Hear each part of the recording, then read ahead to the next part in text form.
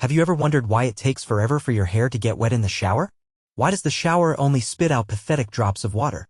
Well, buckle up, because a famous TV host has unleashed a blistering critique of Karoline Leavitt and her boss, Donald Trump, in a veritable verbal demolition derby. The comedian spared no one, skewering Leavitt for desperately defending illogical claims and Trump for his chaotic leadership style. He mocked their stance on tariffs, explaining that these fees are ultimately paid by American importers, not foreign companies. He emphasized that when we have fair and balanced trade, which the American people haven't seen in decades, the revenue will stay here, the wages will go up, and our country will be rich again. Opinions are being voiced that attempts to assess economic expertise may be perceived as incorrect. Attention is focused on Trump's presence in the information space. It is noted that the tariffs he imposed on China have undergone significant changes, increasing from 20% to 104%, and are still being discussed at the 145% level. It is emphasized that the figures voiced may be perceived as random, lacking a clear strategy. Jimmy Kimmel, for his part, did not miss the opportunity to express criticism of Karoline Leavitt and the Trump administration as a whole. His performance was described as unexpectedly necessary and attention-grabbing. Karoline Leavitt, a representative of the administration, was subjected to harsh verbal criticism by Kimmel, which was perceived as deserved retribution. In conclusion, hope is expressed for the emergence of a president capable of warning the world against potential threats. There is a high demand for engagement with the current administration and its trade team in order to reach mutually beneficial agreements. In the modern world, the United States of America plays a key role, wielding significant influence on global processes. The American market and consumer demand are of enormous importance to many countries. The president of the country, relying on a powerful economy and leadership, has ample opportunities to exert influence on the international stage. It is important that these economic levers are used to support and protect the interests of American workers. However, some political figures like Karoline adhere to a strategy based on simply repeating statements similar to those made by Trump. This approach can be compared to trying to navigate a complex maze blindfolded, which inevitably leads to a collision with reality. Karoline's strategy seems chaotic. She tries to use illogical arguments, hoping that something will work. But the truth remains unchanged, and such methods do not bring the desired result. The lack of a clear plan of action becomes obvious unless one takes into account the support of a particular political group. Of course, one can speak of the existence of a certain design which may have existed from the very beginning. There is reason to believe that we are witnessing its gradual implementation, a strategic approach being built with a specific goal. The question arises, was this the initial plan? It is quite likely that this is indeed the case, and we are observing its implementation in real time. However, assuming that this was indeed a plan, it is worth noting that its implementation has led to a loss of $6 trillion in just 1 week. Furthermore, it is regrettable that the actions taken under this plan have led to a deterioration in relations with other countries. In this regard, Kimmel was quick to point out that Karoline does not offer any innovative ideas. In his opinion, she is merely part of a propaganda machine, repeating already known theses.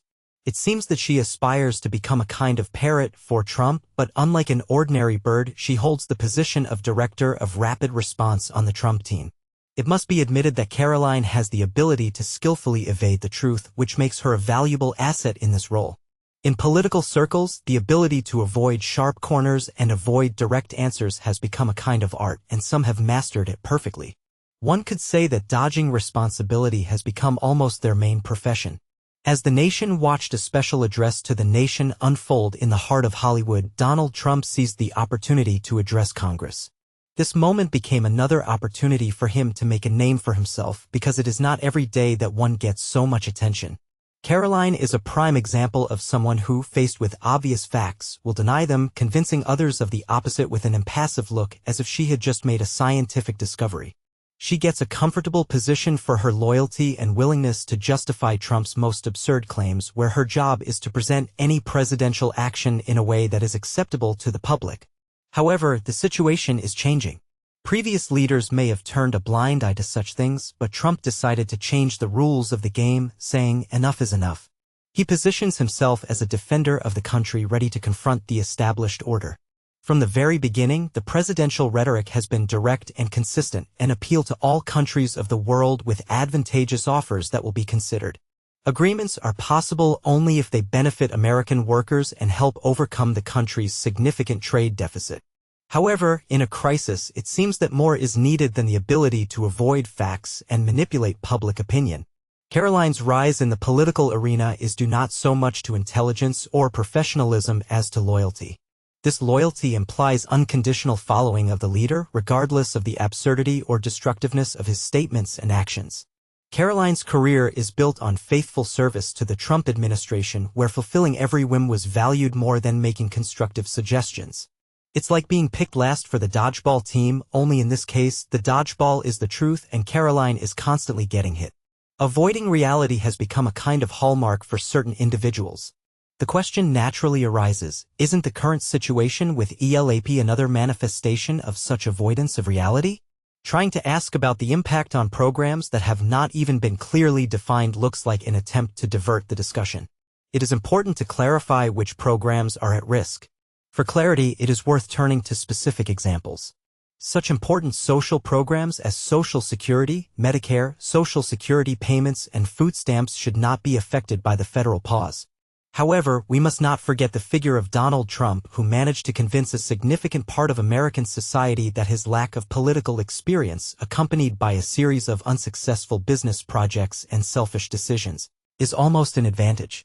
Critics note that Trump's leadership style boils down to the ability to avoid real problems through tweets and threats. His political genius becomes a clear illustration of how low the bar for political leadership can fall. Consider a figure who has been impeached twice but has managed to maintain a devoted group of supporters whose belief in their leader resembles a belief in a flat earth. Perhaps his actions are aimed at emphasizing the deliberate rather than accidental nature of what is happening. In any case, the upcoming report promises to be interesting.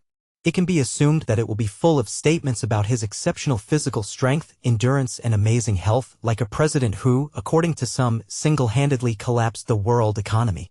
Jimmy Kimmel touched on the most vulnerable point in Donald Trump's image, his egocentric obsession with winning. However, his understanding of victory is far from real achievements, such as resolving national crises or promoting the country's prosperity.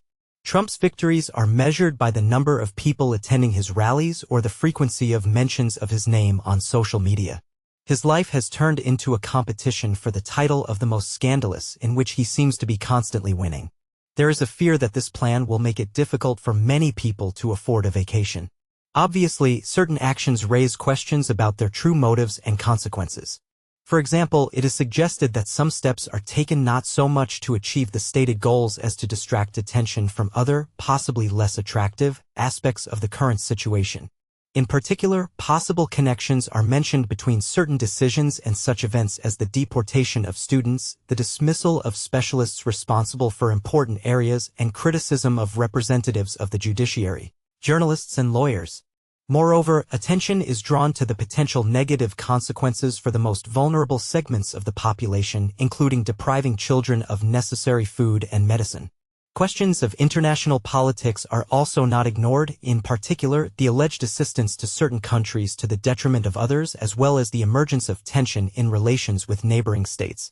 It is noted that some observers tend to see in such actions a manifestation of unwillingness to take responsibility for their own decisions and their consequences. In economics, the blame for crises and pandemics is often unfairly shifted to external factors or other parties. This behavior is akin to someone avoiding responsibility for their actions by blaming others. For instance, the temporary suspension of certain tariffs raises questions about the long-term economic outlook and potential future policy changes. The financial world is experiencing turbulence, yet observers note a recent surge in optimism. The stock market has shown significant growth, with the S/&P index recording its largest single-day jump since 2008 and Wall Street growing by 12%. Other events associated with Trump, such as his campaign promise to build a border wall, come to mind. This project, intended to symbolize his leadership and address illegal immigration, was never fully realized.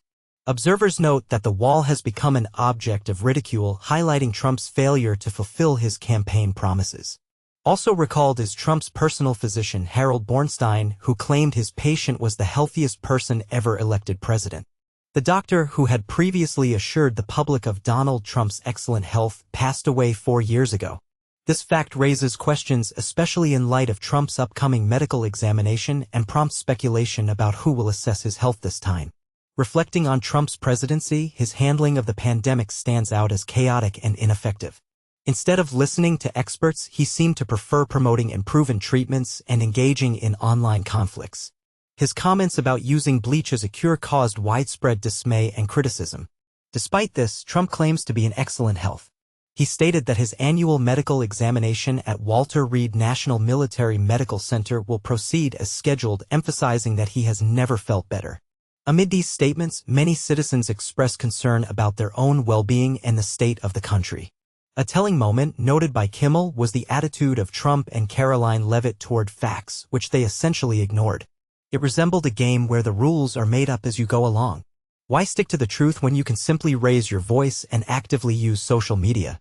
This was the essence of the Trump administration, not leadership but the creation of an alternative reality where facts took a back seat to personal interests. Turning to the absurdity of Trump's political entourage, Karoline Leavitt stands out. She may be a newcomer to the team, but she quickly demonstrates what happens when ambition combines with a lack of self-awareness. Kimmel criticized her, pointing out that her career ascent is due not so much to her abilities as to her willingness to agree with any of Trump's statements, no matter how absurd. Karoline's appointment as Director of Rapid Response has caused bewilderment bordering on despair. Her approach to criticism resembles a strategy often attributed to Trump: ignore, deny, and stubbornly continue in the same vein. Kimmel wittily remarked that if Karoline's connection to Trump were any closer, she could be written off on taxes. In response to a question about the possible impact on ILHEAP, Karoline suggested asking a hypothetical question based on vague programs. She emphasized that critics have failed to accurately identify these programs. She then invited viewers to explore the issue together. Karoline provided a list of programs such as Social Security, Medicare, Social Security payments, and food stamps which she said would not be affected by the federal suspension. Her unwavering commitment to Trump's policies has drawn criticism from Kimmel, who noted the difficulty of defending this position. Comedian Jimmy Kimmel aptly noted that some people are willing to defend even doomed projects to the bitter end, rather than admit their failure. He compared Leavitt's defense of Trump's decisions to praising a sinking ship. Yes, it's going down, but what stylish chairs. Developing this analogy, Kimmel emphasized that the entire Trump administration resembled a sideshow where one ridiculous character replaced another, each saying things even more absurd than the last. Beneath the humor and mockery, however, lay a serious point: the danger of a political system where incompetence and ego are valued more than professionalism and responsibility. The comedian ironically noted that what was happening reminded him of an invitation to a group chat from the National Security Advisor, expressing both irony and concern. In conclusion, Kimmel noted that despite all the absurdity of what was happening, one must not forget the serious consequences of Trump's rule and those who continue to support him. His speech was not just a comedic act, but also a reminder of how important it is to critically evaluate the actions of politicians and not turn a blind eye to their shortcomings.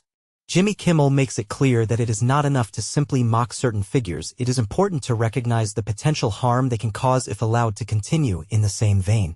A country that prefers to choose those who are prone to jokes rather than solving problems is undoubtedly putting itself on the path to failure. And while Karoline Leavitt and Donald Trump continue their extravagant antics, people like Jimmy Kimmel are called upon to reflect their vanity in the mirror, showing the world the absurdity of their actions. It resembles an endless circus where the clowns get louder with each passing minute. However, Kimmel, thanks to his sharp mind and ability to notice hypocrisy, conveys an important message to the audience. What is happening is not just a comedy, it is a serious warning. He points to a system where spectacle is valued above content and emphasizes how far such leadership can lead the country. In conclusion, it's time to laugh at them before they turn everything into a farce. It is important to remember that behind the bright images and loud statements lie real consequences, and vigilance is necessary to protect against potential damage. The task is to observe how Trump copes with the economic crisis that arose during his reign. The Dow Jones Index has fallen by more than 1,600 points since this financial mess began. While small business owners fear closure due to unpredictable expenses, President Trump reports that he won a golf tournament. Before retreating, Uncle Sam tried to reassure millions of Americans whose retirement savings had suffered with the words, "Keep calm, everything will be fine. The USA will become even bigger and better than before." Kimmel emphasizes that, despite all the statements and threats, Trump and his administration left behind only chaos. In this legacy, facts don't matter, and the one who shouts the loudest wins, as if volume can hide incompetence. Karoline Leavitt, like other Trump supporters, continues to insistently promote her ideas despite criticism of her policies. They hope that individual statements will distract from the overall picture, which, according to many, is not to improve America but to maintain a certain image, even if it harms the country. The recent statement by the former president about Canada caused a wide resonance. He stated that the northern neighbor would suffer significant financial losses, which would be described in history textbooks. As a solution, he suggested that Canada become the 51st state of the United States, which, in his opinion, would eliminate all tariffs and other economic disagreements. Leavitt and other members of the Trump team continue to use the same arguments, hoping that repetition will convince the public of their rightness.